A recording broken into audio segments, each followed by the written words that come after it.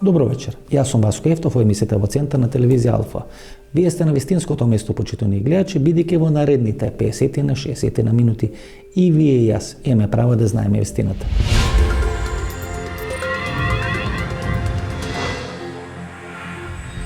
Многумина од вас, почитувани гледачи, бара од мене оваа недела, поради тоа што минатата недела сте гледале Златна бубамара, да ја репризирам емисијата или да го репризирам интервјуто со Стојанче Ангелов. Меѓутоа тоа ќе биде репризирано на крајот од оваа емисија.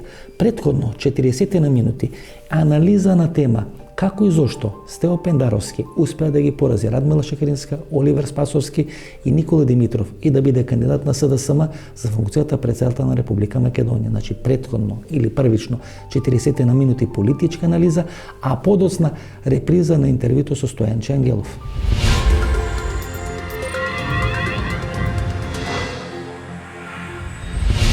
Зошто Стево Пендаровски?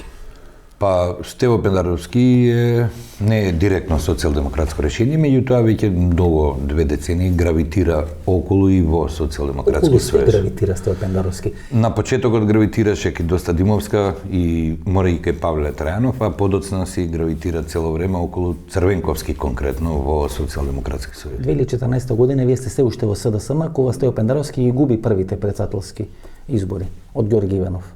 Јас предходно бев со оставка и далеку од социјалдемократски сојуз. Значи 2014 не сте веќе. Не сум во партијата. Меѓутоа Стево Пендаровски ги изгуби изборите затоа што социјалдемократски сојуз као поддржувач и организатор или партија која се застана позади неговата кандидатура, очено лошо ги одработи претседателските избори. Зоран Заев никогаш не го сакал Стево Пендаровски. Па не може да го сака, бидејќи Зоран Заев се плаши од структурата на Бранко Црвенковски внатре во Социјалдемократски сојуз. Не толку затоа што не е он нивни производ, колку што сака да изгради сопствена структура и таа ја гради. Значи од Коќан Ѓушев кој не е социјалдемократ, па до сите, па дури и до портпаролот на партијата, сето тоа се негови струмички кадровски решенија.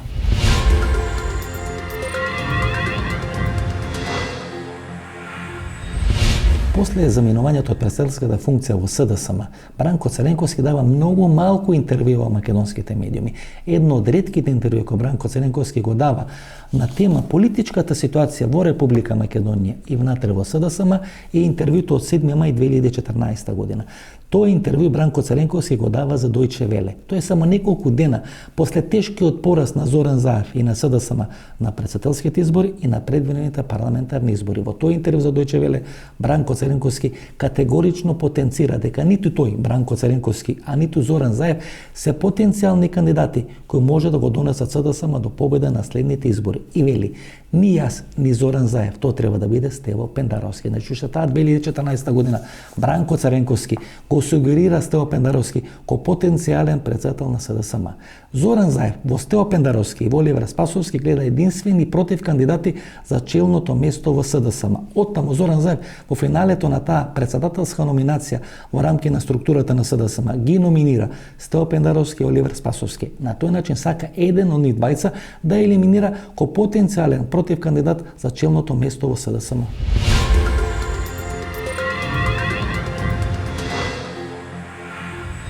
Некаде мај 2014 година во едно од ретките интервјуи кои Бранко Црвенковски ги дава по заминување од СДСМ, во тој интервју за Дојче Веле тој вели дека за СДСМ е најдобро да се оди со другон или со ново решение, дека ниту Бранко Црвенковски, ниту Зоран Заев не се адекватни во тој временски период да бидат на чело на СДСМ. Тоа е после губење на председателските избори и на предвидените парламентарни избори. Па дури вели да не лицитирам со други имиња, би го спомнал само Стево Пендаровски кој освоил некаде околу 400.000 гласа, што е повеќе од 280.000 гласови кои го освои СДСМ на пратеничките листи. Значи уште во мај 2014 година по поразот на Зоран Заев Бранко Црвенковски го нуди Стево Пендаровски да биде лидер на СДСМ. Кажа пред малку константа на Бранко Црвенковски или на политичкиот интерес на Бранко Црвенковски во Македонија. Еден од младите наследници на Бранко е и Стево Пендаровски. Меѓутоа лажи кој вели дека освоил 400.000 гласови. Стево Пендаровски во првиот круг на председателските избори освоил многу помалку. Освоил 326.000 гласови. Значи на изборите 2014 година, кога Георги Иванов победува, во првиот круг Георги Иванов има 448.000 гласови, Стево Пендаровски 326.000 гласови. И Бранко Царенковски, кој освојува 380.000 гласови 2004 година, меѓутоа и Тито Петковски 99 година со 340.000 гласови имаат повеќе од Стево Пендаровски во првиот круг на претседателски избори 2014 година. Меѓутоа кампањата и вториот круг произведоа еден ореал баш во намерата Стево Пендаровски да влезе и во Социјалдемократскиот сојуз, тогаш зборуваме за 2014 година.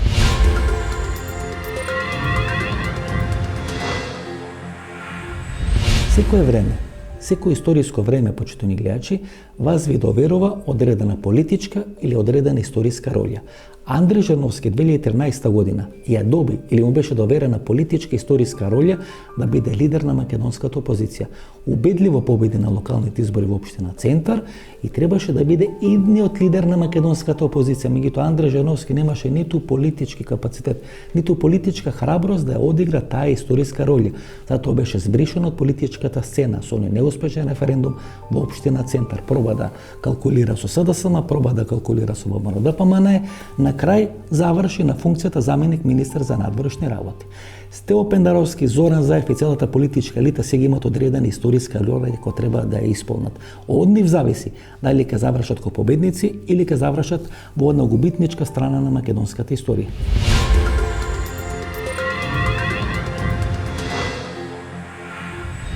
Иако Бранко Царенковски секојаш имаше одреден обид, да не речем размислување или проект, од Андреј Жерновски да направи нов лидер на опозицијата. Имаше неколку средби со Андреј Жерновски, па дури после победата на Андреј Жерновски во општина Центар, тој беше восприман како лидер на македонската опозиција. Не Зоран Заев, Андреј Жерновски беше победник на изборите 2013 година и во една од бомбите кој беше декласифициран и кој беше објавена на македонските медиуми, Зоран Вирушевски пишува што ќе правиме со Андреј Жерновски.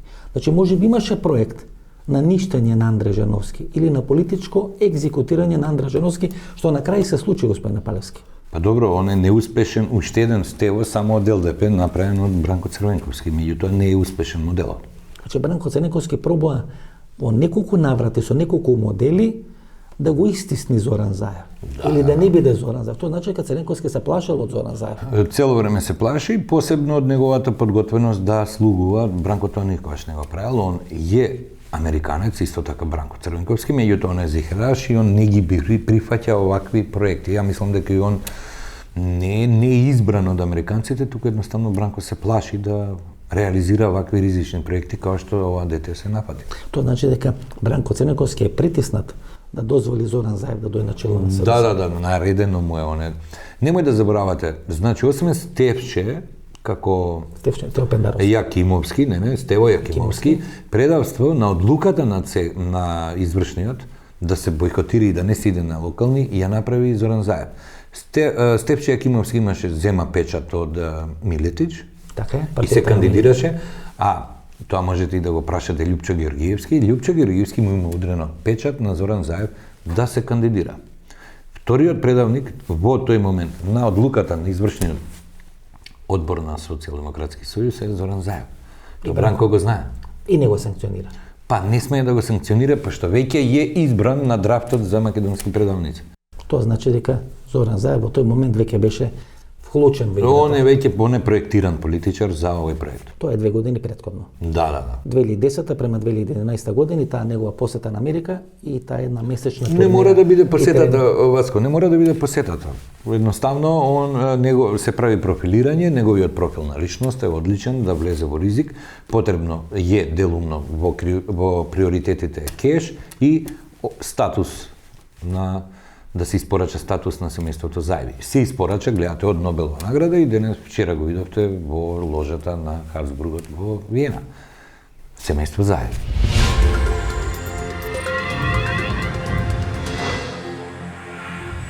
Оливер Спасовски и Стево Пендаровски се антиподи, антиподи кои на некој начин денес функционират како една целина во рамки на СДСМ. Стево Пендаровски има многу повеќе полициска отколку што има политичка кариера. За разлика од него, Оливер Спасовски има исклучително политичка кариера и почнува од пионерите на СДСМ и завршува функцијата министар за внатрешни работи како предлог на СДСМ. Оливер Спасовски во мандатот на Бранко Царенковски во неколку наврати е исклучувано структурата на СДСМ. Дори конфликтот помеѓу Бранко Царенковски и Владо Бучковски е една од причините е Оливер Спасовски. На крај Оливер Спасовски со помош на Цветанка Ивановска, кој сега е секретар на Собранието на Република Македонија и е жена или човек од најголема доверба на Зоран Заев, успева да се доближи до Зоран Заев, да биде избран на функцијата генерален секретар на СДСМ, а подоцна во техничката или прженската влада да биде министар за внатрешни работи. За разлика од него, Стојан Пендаровски има многу повеќе полициска отколку што има политичка кариера, има делови на таа полициска кариера кои не сака да бидат објавени, тие ќе ги анализираме во оваа емисија. Меѓутоа, и Стево Пендаровски и Оливер Спасовски се двата антиподи или двете крајности кои денес се споени во едно цело, тоа е СДСМ.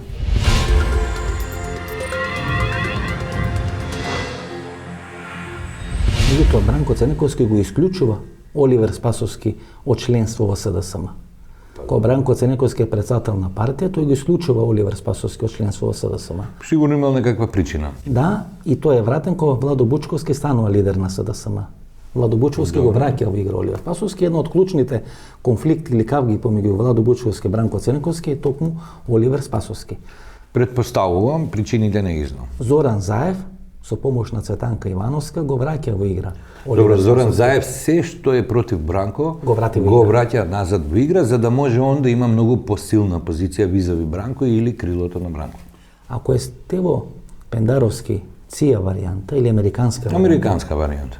Оливер Спасовски која е варијанта? Оливер Спасовски, да повторам, значи од Куманово до денеска министер е чиста социјалдемократска варијанта. Неколку пати и на Facebook сме го закачале за неговиот родител, кој е добар пријател со Љубисав Иванов Дзинго, најдобри другари се. Инаку потекнува семејството од Кратовске, од некое село тама, не знам каде. Они се кратовчани, не се кумановчани. И сме ги закачкале дека чим си најдобар другар со Љубисав Иванов Дзинго, од прилика може и да предпоставиш која е таа структура од старите структури, тоа е Белград. Тоа е Белград, значи. Да. Значи ова е Вашингтон, ова е Белград. Да. И тоа беше во финалето на битката кој да биде кандидат на СДСМ за председателски избори. Денес? Да. Вака, овој пат Социјалдемократски сојуз последен истакна кандидат. Беше чудно што ДПМН опозицијата толку рано истрча со кандидат. Не ја знам стратегијата, не ја знам причината зошто толка. Меѓутоа овие чека 2 недели после тоа. Точно, затоа што до пред 2 дена. Да, до пред 2 дена. Кога знаеш каде е грешката тука на опозицијата и причината за тој огромен период за избрзување на ВМРО-ДПМН, тоа е стратешка грешка. Затоа што Социјалдемократски сојуз, за разлика од ДПМН, влезе во обврска и тоа самата влезе во обврска да истакне консензуален кандидат.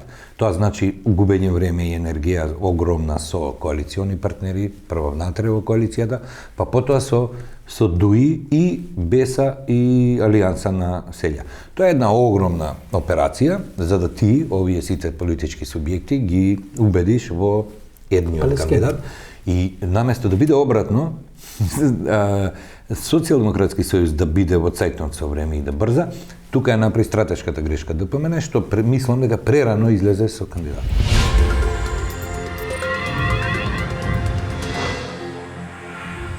Кога Зоран Заев прави политичка анализа и носи политичка одлука, веројатно размислува околу тоа која функција што може да ја има одредена политичка тежина. Според таа анализа која прави, веројатно, функцијата премиер на Република Македонија е убедливо број 1, на второ место е функцијата председател на СДСМ, и дури на трето место е функцијата председател на Република Македонија.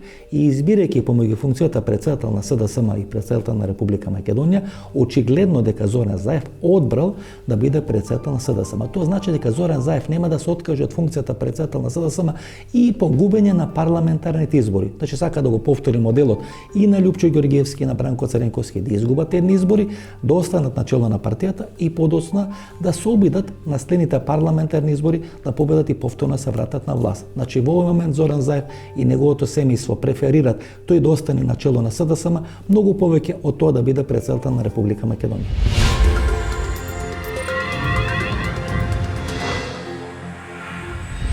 Имаше некој джентлменски договор во врвот на СДСМ. Зоран Заев, Радмила Шекеринска, Оливер Спасовски.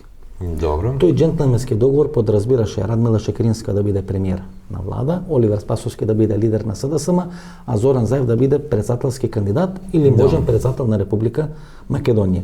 А Радмила Шекеринска сакаше да заврши својата политичка кариера со една од двете клучни функции, председател на држава или премиер на влада.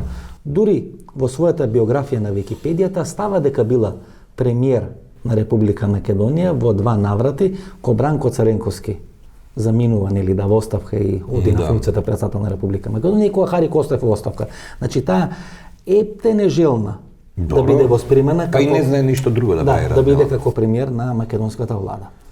Оливер Спасовски требаше да биде на чело на СДСМ. Зоран Заев сега на некој начин го руши тој джентлменски договор. Да, останува он и понатаму. Он останува и понатаму суверен владар на оваа структура која ти ја нарекуваш Социјалдемократски сојуз. Ни близко не е до Социјалдемократски сојуз, ова е структура инсталирана од Сорос во зградата на Социјалдемократски сојуз. Командант или шеф на оваа структура е Зоран Заев, неприкосновен. Сега дури ја засилува. Меѓутоа гледате, Оливер Спасовски и Стео Пендаровски единствено можеле да му бидат конкуренти на Зоран Заев за лидерско место во СДСМ. Ако исклучиш Радмила, да. Да, Радмила нема таква амбиција, она била лидер на СДСМ од 2006 до 2008 година и декласирачки помина на тие избори. Со вклучување во think tank кај Кисинџер, она е единствениот човек македонец или политичар од Социјалдемократски сојуз на така висока меѓународна позиција. Меѓутоа, тоа е од лани. Само Стео Пендаровски, Оливер Спасовски, Зоран Заев ги восприма како можни конкуренти за челно место во СДСМ. Да, ако гледаш партиски. Ако гледам партиски. Меѓутоа, ако гледаш од калето, резервната варијанта за Зоран Заев е чиста Радмила Шекеринска. И тоа сме на Палевски. Ама тоа е на калето. Тоа значи дека Зоран Заев, бирајќи помеѓу председател на Република Македонија и лидер на СДСМ, одбра да биде лидер на СДСМ. Во сите варијанти. Тоа е оно што пробам сега да го изанализирам. Па добро, во сите варијанти. Прво, он дури доколку иде во сабота секоја се на куп фамилијата, дома ќе го тепаат ако случајно овој систем кој го града 20 на години да го остави без екзекутива, без извршна власт, тоа значи хаос во нивната бизнис империја. Еве сега баш Фокус тоа гледам. Чудно го објавува. 2 или 3 дена. Фокус објави текст анализа. Нема шанси да се остави ова. За богатството на Заеви. Види, првичниот мотив е кеш, а вториот мотив е статус на семејството Заеви. Со ова што се случи со Преспанскиот договор, промена на името, семејството Заеви ги дозна скоро цела Југоисточна Европа. Тоа значи, господи Палевски, дека Зоран Заев смета дека лидерското место во СДСМ има поголема политичка тежина за пазарење од функцијата председател на Република Македонија. Во овој момент да, функцијата беше и денеска е протоколарна и подписничка. Едноставно во процедурата за печатање во службен весник и помеѓу законодавниот дом стои председателот, таа лесно се премостува, тоа ни го покажа овие 2 години, дека и таа функција која произлегува од уставот лесно се, дури и подпишување на договорот од Нивица, Преспа, се покажа дека иако во уставот исклучиво стои дека треба председател да го подпише, тоа го направи министерот за надворешни работи, кој исто така исчури во председателска трка. Затоа е битна позицијата лидерска на Социјалдемократски сојуз. Бидејќи СДСМ и ВМРО се 2 од 10 најмокни фирми во Република Македонија. Значи, остите ги дали се премиер на влада. Да, со 3-4 празни места, па потоа се Мак Петрол и други. И останатите. Тие се двете најмокни компании, тоа се акционерски друштва. Замислите да имате 10, 15 или 30 градоначалнички места. Ја мислам дека една компанија со 2 ОЗТ-а. Во ред, јас сметам дека се 2 компании, меѓутоа битно е дека се тоа мокни системи, кај што лидерско место во тој систем е помокно од председател на Република Македонија. Да, се уште се најмоćни би рекол, најмоćни, меѓутоа графиконот, силата им ослабува, гледаме последнава година, имаат голема ерозија на влијание и на моќ. Тоа значи дека Зоран Заев не би се откажал од лидерско место во СДСМ и во случај на пораз на наредни парламентарни избори. Никако. Тоа му е заштитата. Тоа Тоа покажува дека тој всушност би го следел примерот на Бранко Цренковски, кој ги изгуби изборите 98 година и се врати на власт нели 2002. Зоран Заев смета дека направил доволно или многу за меѓународна заедница да му дозволи да остане лидер на СДСМ и во случај на губење на парламентарни Ако има среќа, он сигурно сака да биде лидер, ако има среќа да остане на лидерската позиција, он има шанси некако и политички и секако да преживее во наредниот период. Инаку, ако се сеќавате, он кога ги објавуваше бомбите, он спиеше во Социјалдемократски сојуз. Спиеше во СДСМ. Да, и тоа е заштитата негова, затоа што најсилната тогаш опозиција, денеска власт, партија, ти е добар параван за заштита од евентуални, посебно кога политичар го одиш по ивица на закон. Дали е законски или не е законски, заштитата е Социјалдемократски сојуз, не претседателскиот кандидат. Или функција.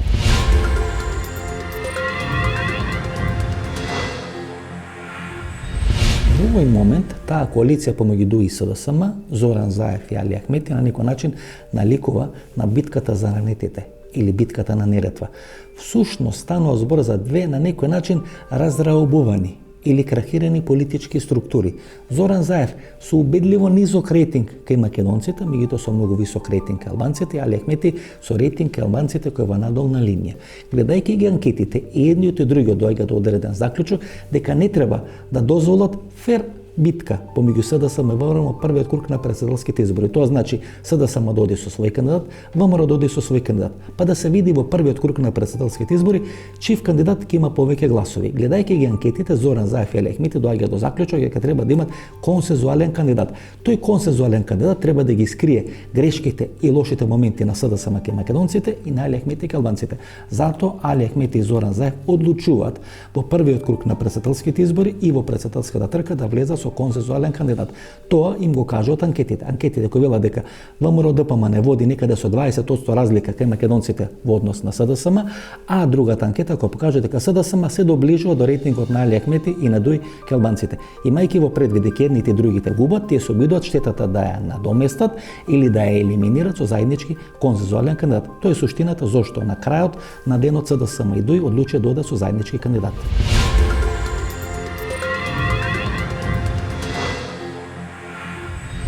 Пред 5 години ДУИ велеше или водеше кампања Чао председателе, кандидати тогаш беа Ѓорги Иванов и Стево Пендаровски. Да. Значи истата партија ДУИ кој 2014 година велеше ниту еден од двата кандидати не ја заслужува нашата доверба и водеше кампања Чао председателе да не се гласа на председателските избори. Да.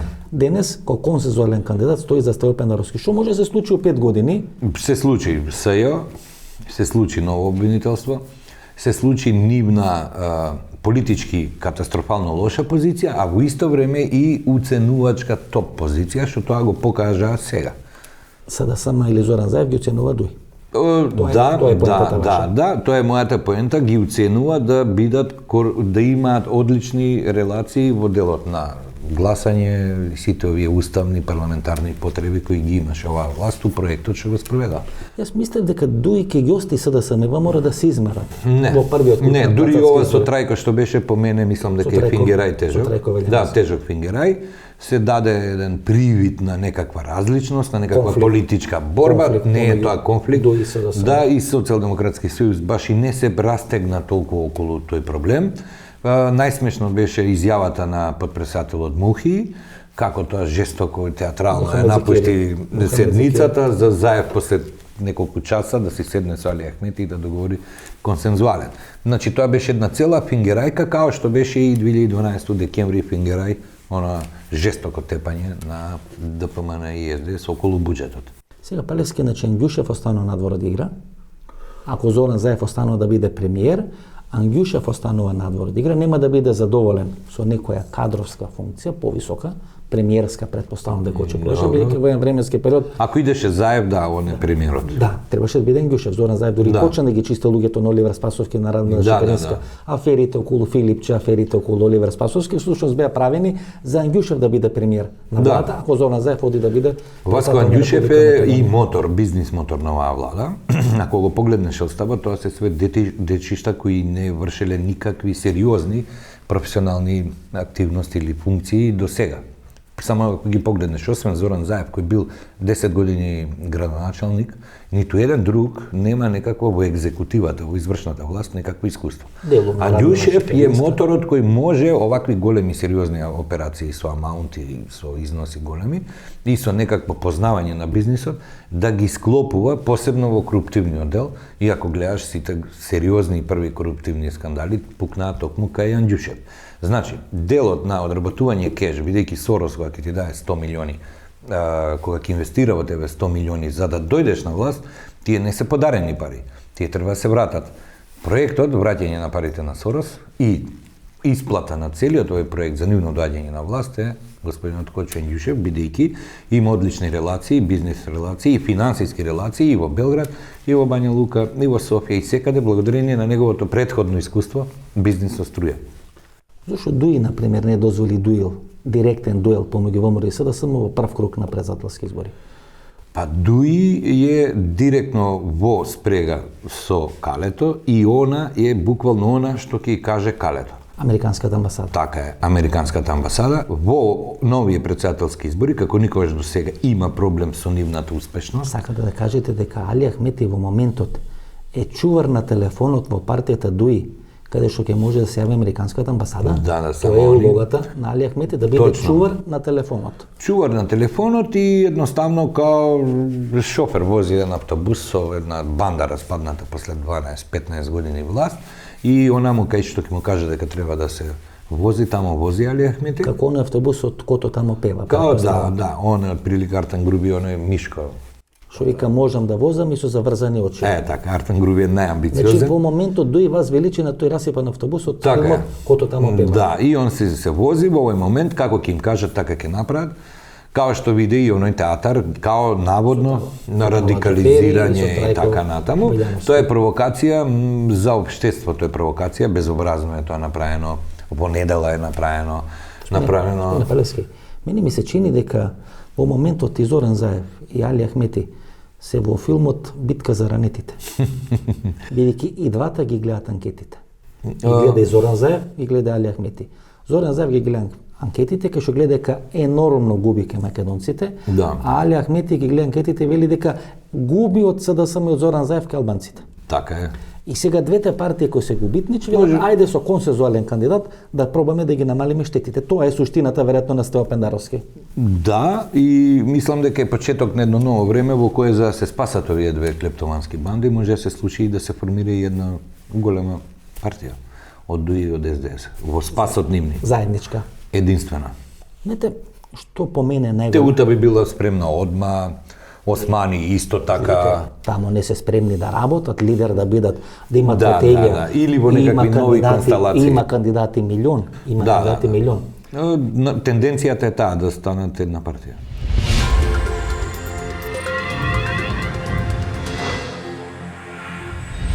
Тоа е клучната опасност или главната опасност на ВМРО ДПМН. Тоа е председателската кампања да се води како реприза за референдумот од 30 септември. Бидејќи на референдумот од 30 септември имаше бојкот, еден голем дел од македонските граѓани не излего на тој референдум, сега очекувам ДУИ, СДСМ и владената коалиција да води кампања дека всушност изборите или првиот круг на председателските избори на 21 април се реприза на референдумот од 30 септември и да покажат дека со еден глас повеќе освоен од ВМРО ДПМН, дека ВМРО ДПМН не излагал на референдумот на 30 септември бидејќи се плашел од пораст на референдумот. Тоа е клучната опасност или штета која може да претрпи ВМРО ДПМН на овие председателски избори. Владината коалиција излегува со консензуален кандидат кој треба да се спротивстави на консензуалниот кандидат на опозицијата. Иако ВМРО ДПМН оди со надпартиски кандидат, тоа е Гордана Селјановска, и вели тоа ќе е кандидат кој ќе ги рефлектира сите незадоволства од политиката на владата на Република Македонија, тогаш е сосем очекувано дека владата ќе излезе со консензуален кандидат кој ќе треба да ја промовира владената политика на председателските избори. И ние де факто на председателските избори или во првиот круг на 21 април ќе имаме реприза на референдумот од 30 септември. ВМРО ДПМН не смее да дозволи да биде убедливо поразена во првиот круг на председателските избори, бидејќи ако биде убедливо поразена, тоа ќе фрли огромна црна дамка на резултатот на референдумот на 30 септември.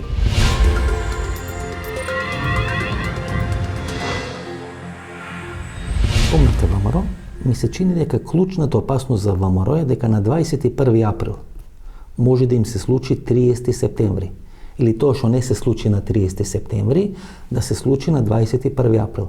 Де факто, СДСМ и таа коалиција да водат кампања, тоа што не го завршивме на 30 септември, да го завршиме на 21 април. И тоа по мене најголемата опасност за ВМРО, да помане на некој начин низ вода, да ги пушти резултатите на референдумот. Да ги употребат и да ги пуштат. Да ги злоупотребат. Да. И при евентуална предност на кандидатот на СДСМ и на ДОИ во првиот круг, да речат, затоа не излегува на изборите 30 септември, бидејќи знае дека ќе бидат поразени. Така. Тоа е најголемата опасност по мене за ВМРО да поразени. Да. И треба да бидат умни за да не дојдат во ситуација изборните резултати на 21 април да ги засенат референдумските резултати на 30 септември. Скоро и да ги поништат, не само. Скоро и да ги поништат. Бидејќи беа консултативни. Бидејќи беа консултативни. А овие се обрзувачки. И затоа јас очекував дека Никола Димитров ќе го кандидира. Да, како контрапункт на Гога, која е бивша социјалдемократка, ова е бивш ВМРО-вец, не да. само тоа, него Гордана Сединовска беше некој начин персонификација или една од личностите со кои се персонифицираше тој бојкот на 30 септември, а Никола Димитров нели беше персонификација на подписот. На подписот од Нивица и Преспас. Причината за револт. Очекував дека ќе биде Никола Димитров и на некој начин сум малку изненаден зашто отидов со Стево Пендаровски. Отидо со Стево Пендаровски и Никола Димитров не може да испровоцира и да се обрати на неопределените. Никола Димитров е некој вид задоцнет фрчко и така натаму. Значи Фрчковски испратен по Алиекспрес, да речеме. Од прилика, а овој пат заради стравот од неуспехот на овие председателски избори, потребно е од немање цензус, потребно е да се извадат и на едната и на другата страна, мислам страни на ДПМН и на СДС, да се извадат што е можно по популистички кандидати кои ќе се обраќаат на неопределените. Мислам дека тука малку не се согласуваме. Добро е. Малку не се согласуваме. Мислам дека двајцата не се популистички кандидати. А не во технологијата. Ајде да кажам не популисти, неопределени. Туку се повеќе медиокритетски кандидати кои се обраќаат на тие реслови на неопределени гласачи. Кога ќе ги прашате тие неопределени гласачи што ви се допаѓа ке Стево Пендаровски, нели он е негов резултат кој брзо збори. Да, избори паметно. И ако вие поставите следно прашање што тоа паметно има ништо кажа, нема за памтено. Тие ништо нема за памтено. Пошто ни ништо не кажува. Да, има интервју кај него само за 15 минути. И сега и едниот и другиот кандидат треба да ги извади тие неопределени гласачи да гласат, за да може да биде обезбеден цензусот на овие избори. Да, тоа се обично мирни луѓе кои не таласаат, луѓе кои гарантираат никакви драматични, кои ќе гарантираат никакви драматични промени од се ова што е до сега направено. И затоа се пуштаат такви два кандидати, затоа што не е борба со некаква политика или спротивставени политички мислења, сега ќе биде борба со вадење луѓе на гласање заради цензура.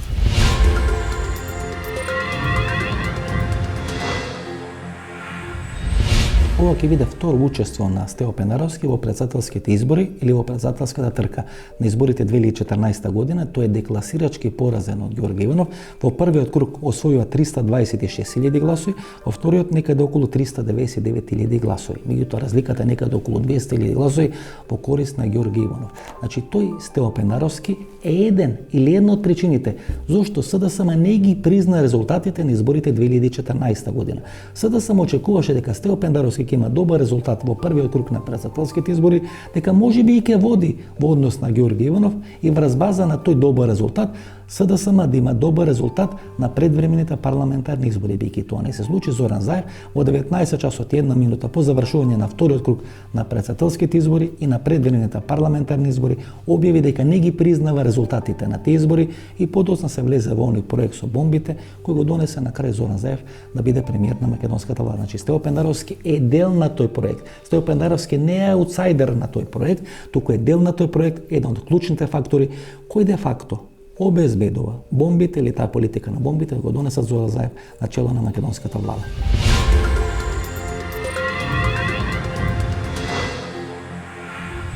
Господине Палевски, Стево Пендаровски, која читате неговата биографија, имате вие празна дупка до 98-99 година. Пишува дека е вработен во МВР 93 година, Добро. меѓутоа до 98-99 година ве немате ништо. Како на некој. Па може ако се би вратиш назад, може да би се вратиш Стео. и татко му е мавара. Да, вие во претходното интервју, јас, например, Цела фамилија се полицајци. да, јас со вас ја прекршувам или го прекршувам моето правило дека една личност може да гостува само еднаш во текот на една телевизиска сезона, вие сте втор пат. Пред 4 месеци рековте дека и Никола Димитров, а посебно Стео Пендаровски, има една богата семејна Полициска. традиција на полициска. Татко му заедно со Се Силјан Аврамовски, денешниот заменик директор во УБК, работа долго време заедно во управата за слушање во комунизам. Силјан Аврамовски. Силјан Аврамовски и татко му на Стево Пендаровски. Тоа се шпекулација дека Силјан Аврамовски е клучниот играч на ЦИА изминатите 20-25 години во структурите на МВР. Играч на ЦИА е канцеларија за врски помеѓу МВР и ЦИА. Тоа е Официјално. Официјално со меѓудржавен договор. Значи целата фамилија на Стео Пендаровски си има полициски бекграунд. Па татко му е полицаец, кажувам, и тоа висок полицаец во управата за слушање. И дете во порасна во МВР, као што Пендаровски. Златко Оригјански е полицаец вработен кој станал музичар. Од Ние 90 имаме овдека полицаец кој ќе стане председател. Од 93 до 98 година Стео Пендаровски нешто работел во МВР. Бил шеф на кабинет на Диме Ѓурев.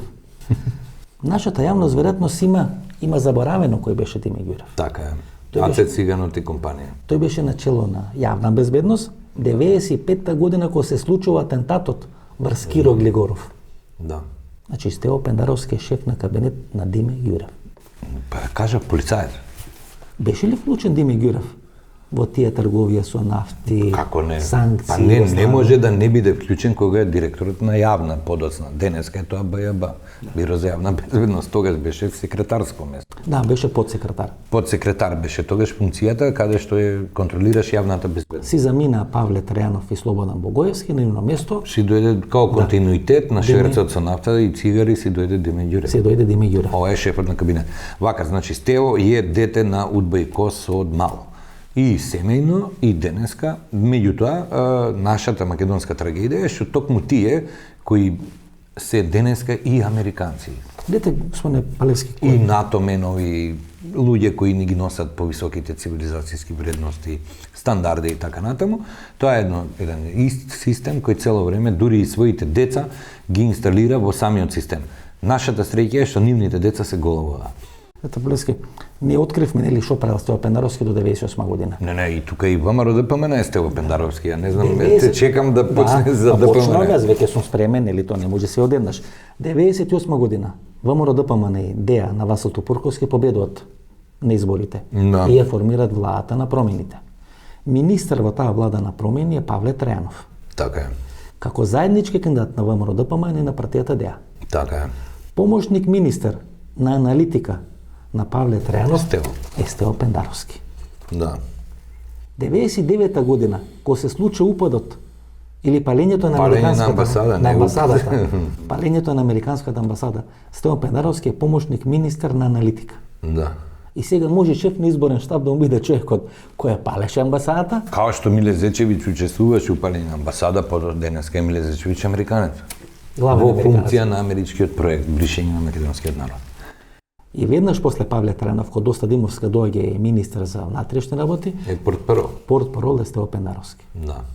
Видите која политичка кариера. И потоа го превзима Бранко во кабинетот. Подоцна го презема Борис Трајковски. Да, се извинувам, Борис Трајковски, И точно. кога Никола Димитров заминува на функцијата амбасадор во во Соединетите Вашингтон, американски да. држави, Стео Пендаровски ја зазема неговата функција советник за, За национална безбедност. Тоа што е Џон Болтон, вака да ме објасниме на гледачите. Да. Сега советник за национална безбедност кај господинот Доналд Трамп, тоа беше Стео Пендаровски во текот на војната во делот на Рачиново и по Рачиново во 2001 година. Да. Господине Палевски, Миле Зечевиќ, како човек на Владо Бучковски, На Бранко Црнковски. говорам 2001 година. А, во моментот на војната, кога да, беше форматорски во шеф на кабинет кај Владо Бучковски во одбрана, Во во Министерството- широката техничката влада. влада. И Стео Пендаровски, тоа се главните играчи Да. кои преговарат со Марк Лейти и со Питер Фейт таа 2001 година. Поврзани се и со денот за заминување во Мостар, Миле Зечевиќ е директор на аеродром Петровец, а Стево не влага во авионот. Тие се ко сиемски близнаци, ко Петок и Сабота. И да не го забравиме Минчев, кој беше шеф на заеднички служби, тоест стопанишуваше со авионот, 6 одлагања има на полетување од страна на заеднички служби, во кои учествува и Стево Пендаровски, Зечевиќ. И тоа се послушните деца од мали нозе на овој систем или на УДБА, како што направи хронологија за Стево. Истото можеме и за Миле Зечевиќ да го направиме, ама он доаѓа од кај Ленче Софрониевска.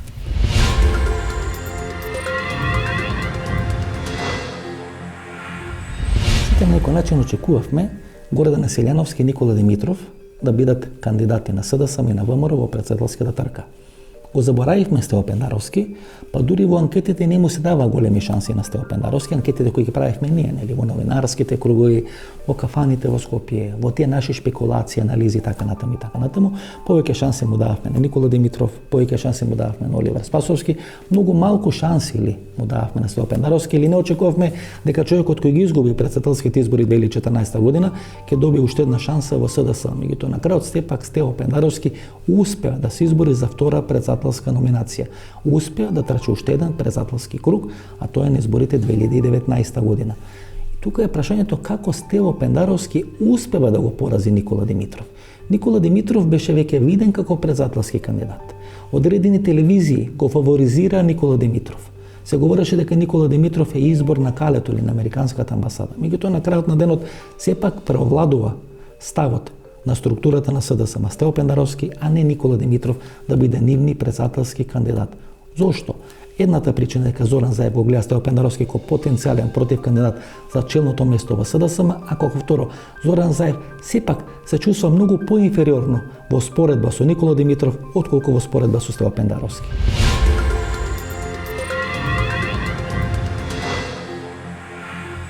И сега Стево Пендаровски ќе не биде кандидат за председател на Република Македонија. Контролиран манџуриски кандидат, контролиран максимално од калето, ќе имаме едноставно не само подпишување, него он ќе биде и промотор на сите овие проекти на Заев. И како председател ќе влага у промо кампањи ќе влага. Не само да ги подпишува. Ние велиме дека Зоран Заев не ги признава резултатите на изборите 2014 година. И подоцна се влегува во фаза на влага бомби, во проектот со Вистина бомби, за Македонија. Вистини за Македонија, имитување на тие бомби, промоција на тие бомби. Меѓутоа, председателскиот кандидат на тие избори е Стево Пендаровски. Стево Пендаровски убедливо губи во првиот круг, а вториот круг се поклопа со предвремените парламентарни избори. По 19 часот и 1 минута кога завршуват вториот круг на председателските избори и тие предвремени парламентарни, Зоран Заев не ги призна резултатите. Стево Пендаровски е соучесник и во тој процес. Да, цело време. Цело време. Он е, значи, он не е социјалдемократска позиција до Зоран Заев, он е позиција на УДБА и КОС до Зоран Заев. Во континуитет. Какви се релациите на Верушевски, Зоран и Стево Пендаровски? Па не верувам дека се добри. Зоран Верушевски повеќе бил за Оливер Спасовски? Па не, тоа ако отвориме оваа тема, тоа значи вака, во УДБА судирот во моментов е Шкатровисти и Михајловисти. Михајловисти е Димитрови семејството со подписници на нивици и Шкатровисти кои е една сосема друга структура, исто така е во проектот, меѓутоа не до таа мера како што се Михајловистите и МПО. Може ли да објасниме? Јас ве разбирам што сака да кажете, меѓутоа за да може да разбери публиката. Тошо Шкартов е еден од големите босови на македонските тајни служби. Оснивач на македонската современа емиграција. Која како полицаец. Која функционира по две основи. Албанска емиграција и бугарска емиграција. Или албански иредентизам и бугарски ревизионизам. Во тие моменти не знам точно, мислам како врховизам. Како врховизам. Значи Тошо Шкатров е мозокот на таа современа македонска тајна полиција. Негов кум е Томислав Симовски, кумовски релации со Владо Камбовски, со Иван Џо Петревски. Се што гледаме денеска, не, Иван Џо Петревски асистенти негови на факултетот се господинот Диневски, Александар Диневски и Зоран Верушевски. Да. Вака, Тошо Шкартов по барање на сојузната УДБА, тоест на Југославија, има потреба да се произведе македонска емиграција и он е таткото на современава македонска емиграција. Не рачунајќи го МПО, кој е многу Тој го штити Ванчо Михајлов. Ванчо Михајлов, како видовме од декласифицирани податоци на Central Intelligence, има договор директно со Маршалот, тоа е со СФРЈ, за ненапаѓање, подпишан во Истанбул. заедно со уште неколку тамо. Тоа И било со помош- сериозно. Со помош на нашите Да ја служби. промовира Југославија, да го промовира македонскиот идентитет во рамките на Југославија, а сојузните служби земаат обврска да не го елиминираат ниту политички, ниту физички. И тоа Многу малце луѓе тоа го знаеле, бидејќи тоа дури сега е декласифицирано од сега. Пред една година. Да, пред една година. И Вида Бојава, која е студентка во Белград, Да. ја зимат и ја носат во Рим. И Да, ставаат он е до крај- асистентот, Да. секретарот. Да. А незиниот брат во време на комунизмот е декан на факултетот за физичка култура. Да, подоцна и министер од редови на ВМРО ДПМН. Значи таа структура стоеше зад изборот на Никола Димитров. Значи сите кадрови Другата се стру- Тошо Шкартов, вклучително и Шкартов. Бранко Црвенковски. А втората структура, Бранко Црвенковски е дете на Тошо Шкартов. Решение. втората структура значи беше за Стево Пендаровски. Значи во рамки на левицата се бираше помеѓу две структури, Михайловисти и овие вторите, И шкатровисти. и Шкатровисти. И победува Стево Пендаровски. Да.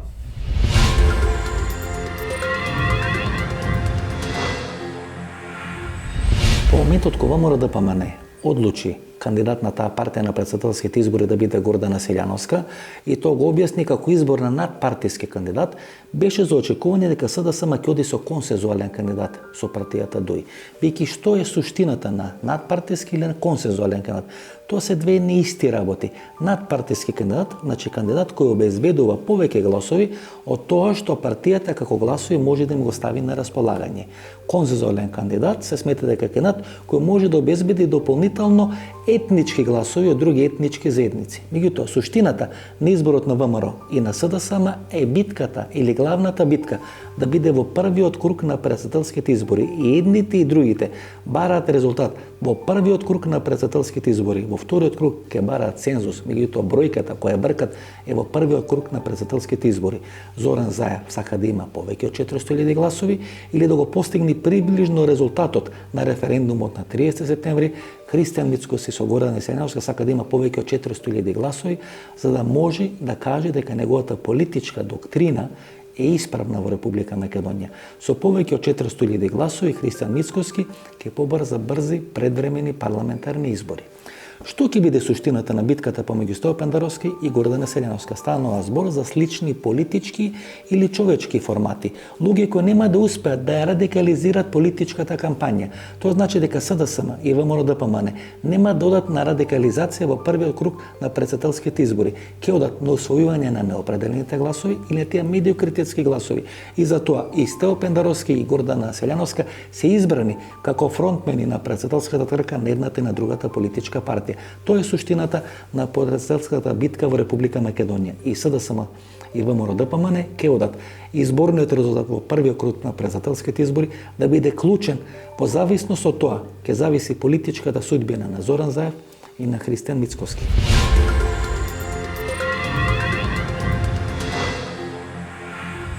Што ви очекувате, Палески? Јас очекувам неуспешни претседателски избори. Многу повеќе, поголем неуспех од 30. Па мислам дека и Зоран Заев очекува неуспешни. Па затоа не истрча. И дека Зоран Заев Затоа не е консензуалниот претседател. И таткото на идната најголема Мислам дека- албанска партија 2-3 пати И кажа човекот дека сега да има дека он ќе биде најголема албанска партија. го поценивме Зоран Заев. Ја поценивме неговата лудост и подготвеност да прифаќа вакви сериозни радикални Може проекти. да е лут, ама не е глуп сигурно. Не реков глуп ни еднаш. Видите, Палески. Ни еднаш не сум рекол дека е Значи, глуп. он си го елиминира Стево Пендаровски. Ако успее да направи неуспешни избори, така? Ако успее да направи неуспешни избори, ако се влезе во втор круг или на нови избори, или на гласање у парламентот, ако го елиминира Оливер Спасовски, тогаш тој ќе биде единствен кој со СДСМ ќе владе во наредните 5 или 10 Но години. Бранко Црнковски. Ќе биде нов Бранко Црнковски. Да. Тој сака да ја заврши својата кариера како Бранко Црнковски, да покаже дека може подолго вечно да владе во СДСМ со Бранко Па Црнковски. инсталацијата, бизнис инсталацијата што ја прават Заеви, од тие лиценци сега се тужат нели со Александар тамо Николовски на суд. Значи инсталацијата и превзимањата што се случуваат овие 2 години се многу сериозни, Васко, за да може да ги оставиш тој бизнис систем кој е на брзинка склепан, или не брзинка, од како е 10 години градоначалник, во последните 15 години е толку многу голем да не може да го оставиш ти без сериозна политичка заштита. Видите, таму Ќе биде демонтиран, таму се растргнат, ќе власт. ги позатворат. Тамо се власи, бугари, Да, грци, да. тамо Бугари нема. најмногу. Да, бугарите се главни спонзори на проектот Зоран Заев. Па денеска можеме да кажем дека бугарите ги ревидираат сите наши закони преди да парламентот од Софија се диктира дали овој закон е добар или не за да иде на освојување. Врховистите никогаш не биле посилни. Дури сметам дека денеска врховистите се посилни и влијателни по Република Македонија од 1903 година го донеле одлуки. Плески, тој вети и Телеком и вети една мокна банка во Република Македонија. Па се работи тоа, се работи на тоа. Му вети на Бојко Борисов и бугарите пред 3 или 4 месеци беа поприлично нервозни зашто тоа не е реализирано. Реализирано е све, се меѓутоа не се обзнанува превзимањето на капацитетите. Значи дека Зим Пелагонија веќе е земена, исто така се ќути, почнаа со Пелагонија Енерджи, она позната технологија за изметот од кравите каде произведува метан. Нова технологија Белија отвараше, тоа е Пелагонија Енерджи, веќе е купена од бугарска фирма, а мислам дека деновиве е завршен, целокупната сделка е завршена со ЗИК Пелагонија, најголемото земјиште во Република Македонија. Подобро, ние знаеме кој требаше да биде конзул на Бугарија Орце Камчев. во Република Македонија. Значи подоцна Орце следи Камчев. Телеком и следи една мокна банка. Да, сигурно ќе има пенетрирање, ќе има економско пенетрирање од Бугарија. И тоа што го направи Симитис во време на Лјупчо Ѓоргиевски, Бојко Борисов се направи во време на Зоран Заев. Значи, намерата е да полека, после сите овие структурни убиства на македонскиот народ, системски убиства на македонскиот народ, следи и сериозно пенетрирање на бугарите како доминантна бизнис економска сила на оваа територија. Што значи, веќе има подпишан договор, ќе имаат и огромно влијание во екзистенцијата економска на македонскиот народ и тука ќе се заврши целиот овој Балкан проект, кој целта не е територијата, него македонскиот народ. Ако приметивте, во Нивици не е воопшто ниту тема, интегритет, територија и така натаму, туку македонскиот народ. Од другата страна, исто така, не е територија во договорот за историја со Бугарија, туку е македонскиот народ. Со албанската платформа е македонскиот народ. Никој не посегнува по територијата на Република Македонија, освен бришење на македонизмот во форма како ја знаеме од Коминтерната до денес. За жал, во договор на Москва и Вашингтон. Прв пат ние македонците треба да прогледаме и таа наметната битка дека не знам сме русофили или сме американци, дека тука во Македонија се тепат Москва и Вашингтон. Не, точно имаат консензус околу Македонија. Приски, ви велите дека целата структура делува заеднички. Да. Дека всушност се координирани. Меѓутоа, како од страна ги гледа човек работите, без намера нели да влагам во некоја полемика со вас околу тоа прашање, меѓутоа како страна се гледат работите, Зоран Заев спроведува процес кој треба да спречи дебранковизација на СДСМ. Па заради себе, иначе нема да преживее. А Мицкоски би требало да го враќа Бранко. Да отпочнува процес на дегруевизација, но тоа не го прави се уште. Не може да го направи, прво нема власт. Кога имаш власт, многу лесно. Значи му треба власт да има. Му треба власт, без власт тоа многу тешко се прави, посебно што ако правиш дегруевизација, имаш проблем со тендераши, тоа значи кеш, инфраструктура, многу голема логистичка мрежа. 11 години логистичка мрежа, тука имало многу тендери, многу интереси, многу испреплетени интереси. И тука кога немаш власт, тоа многу тешко се прави и плюс, она што сакам да потенцирам, треба да знае да го прави. Треба технологија. И знаење да го спроведеш ова, или ти како што кажа, дегруевизација на ВМРО ДПМН.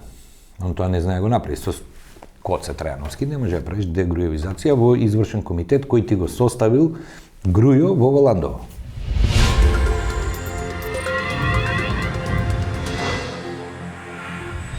Ова беше емисијата во Центар, сум Васко Ефтов, почитувани гледачи. Тука некаде е крајот на нашата вечерашна емисија. Ние се гледаме идната недела во истото ова време. До тогаш, пријатно вечер Македонијо, каде и да си.